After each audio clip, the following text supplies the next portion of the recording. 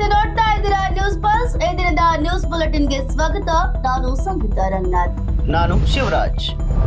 Karnataka budget March 6ಕ್ಕೆ CM Siddaramaiah ದಾಖಲೆಯ 17ನೇ ಬಜೆಟ್ ಮಂಡನೆ. ರಾಜ್ಯ ರಾಜಕೀಯ ವಲಯದಲ್ಲಿ ನಾಯಕತ್ವ ಬದಲಾವಣೆಯ ಗುಸುಗುಸು ಮತ್ತು ಅಧಿಕಾರ ಹಂಚಿಕೆಯ ಚರ್ಚೆಗಳು ಜೋರಾಗಿರುವ ನಡುವೆ ಆಡಳಿತಾರೂಢ ಕಾಂಗ್ರೆಸ್ ಸರ್ಕಾರವು 2026-27ನೇ ಸಾಲಿನ ಆಯವ್ಯಯ ಮಂಡನೆಗೆ ಸಜ್ಜಾಗಿದೆ.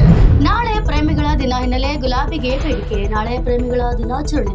ಮನಮೆಚ್ಚಿದ ಪ್ರೇಯಸಿಗೆ ಗುಲಾಬಿ ಹೂ ನೀಡಿ ಪ್ರೇಮ ನಿವೇದನೆ ಮಾಡಿಕೊಳ್ಳೋ ಸುದಿನ. ಬ್ಯೂಟಿಫುಲ್ ಹುಡುಗಿಯರ ಹೃದಯ ಕದಿಯಲು ಬ್ಯೂಟಿಫುಲ್ ಗುಲಾಬಿ ಮಾರುಕಟ್ಟೆಗೆ ಬರಲು ಸಜ್ಜಾಗಿದೆ. ಈ ಬಾರಿ ಅಧಿಕ ಲಾಭದ ನಿರೀಕ್ಷೆಯಲ್ಲಿ ತಾನೇ ರೈತ. ಟೀಮ್ ಇಂಡಿಯಾ ಫ್ಯಾನ್ಸ್ಗೆ ಬಿಗ್ ಶಾಕ್. ಪಾಕಿಸ್ತಾನ ವಿರುದ್ಧವೂ ಯಂಗ್ ಗನ್ ಆಡೋದು ಡೌಟ್.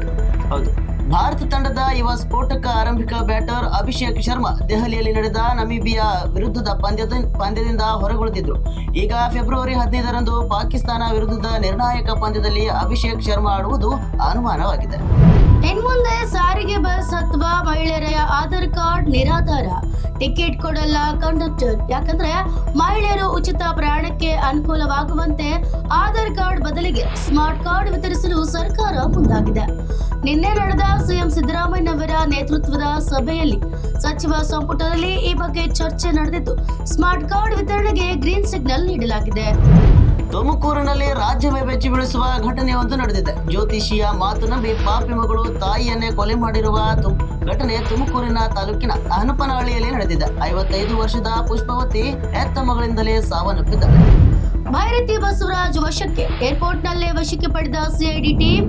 ಸುಪ್ರೀಂ ಕೋರ್ಟ್ನಲ್ಲಿ ನಿರೀಕ್ಷಣಾ ಜಾಮೀನು ಅರ್ಜಿ ವಜಾದ ಹಿನ್ನೆಲೆ ಬಂಧನದ ಭೀತಿಯಿಂದ ಗುಜರಾತ್ನ ಅಹಮದಾಬಾದ್ನಲ್ಲಿ ತಲೆಮರೆಸಿಕೊಂಡಿದ್ದ ಶಾಸಕ ಭೈರತಿ ಬಸವರಾಜರನ್ನ ಏರ್ಪೋರ್ಟ್ನಲ್ಲಿ ಪೊಲೀಸರು ವಶಕ್ಕೆ ಪಡೆದಿದ್ದಾರೆ. ಫಾರಿನ್ ಟ್ರಿಪ್ಗೆ ಕಳಿಸುವಷ್ಟು ಹಣ ನಮ್ಮಲ್ಲಿಲ್ಲ, ನಮ್ಮ ಇಲಾಖೆಯಲ್ಲಿ ದುಡ್ಡಿಲ್ಲ, ನಾನು ವಿದೇಶಕ್ಕೆ ಹೋಗುತ್ತಿಲ್ಲ ಎಂದು ಸಚಿವ ಕೆ ವೆಂಕಟೇಶ್. ಪಶುಸಂಗೋಪನಾ ಇಲಾಖೆ ಉನ್ನತೀಕರಣದ ಉದ್ದೇಶದಿಂದ ಫಾರಿನ್ ಟೂರ್ ಅಂತ ಹೇಳಲಾಗ್ತಿತ್ತು. ಆದ್ರೀಗ ಪಶುಸಂಗೋಪನಾ ಇಲಾಖೆಯ ಸಚಿವರು ಈ ಬಗ್ಗೆ ಮಾತನಾಡಿದ್ದಾರೆ.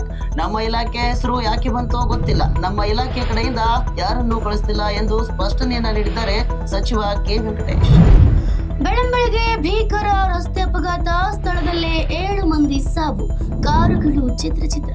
ಬೆಂಗಳೂರಿನ ಹೊಸಕೋಟೆಯಿಂದ ದೇವನಹಳ್ಳಿ ಕಡೆಗೆ ಬರುತ್ತಿದ್ದ ಕಾರು ಹಾಗೂ ಬೈಕ್ ಕ್ಯಾಂಟರ್ ನಡುವೆ ಭೀಕರ ಅಪಘಾತ ಸಂಭವಿಸಿತ್ತು. ಸ್ಥಳದಲ್ಲೇ 7 ಮಂದಿ ಸಾವನ್ನಪ್ಪಿದ್ದಾರೆ.